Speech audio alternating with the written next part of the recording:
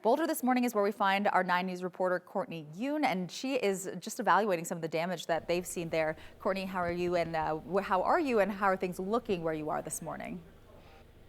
Hey, good morning, Katie. Well, we were around the Denver Metro this morning where we saw a lot of tree limbs down, and then coming up here to Boulder, saw a lot of the same. We're here at Fairview High School right now, and I'm with Randy Barber with the Boulder Valley School District.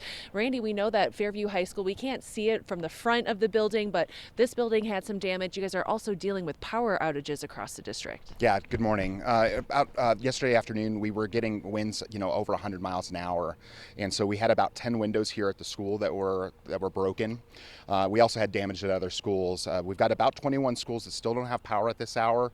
We're assessing damage and know that there is definitely windows broken, trees down, that kind of thing that we're working through right now. Yeah, and I know people are probably asking you, like, hey, my school has power. Why can't we open up school for them?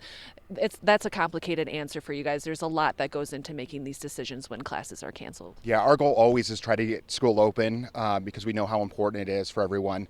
But in this case, we've got services that are centralized. For instance, for food services, we've got staff that live throughout these areas as well. And so, just the combo of how difficult it'd be for them to get around, all that kind of thing, kind of added up to us feeling like we needed to close for the safety of the students. Got that. Yeah, and we're hearing, tomorrow we might also see some more severe wind.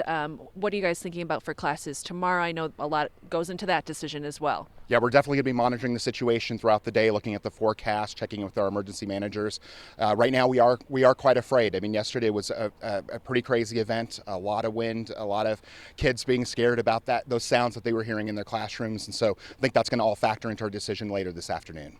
Got it. Well, thanks for being here with us this morning, Randy. We really appreciate it. Thank you. All right, so as you guys know, Boulder saw 90-per-hour winds yesterday, and they're anticipating more tomorrow as well. So stay tuned, and Boulder Valley School District, they will talk about whether they'll cancel classes later on this afternoon. They'll make that decision. Now we're going to head over to our traffic anchor today, Brianna Fernandez.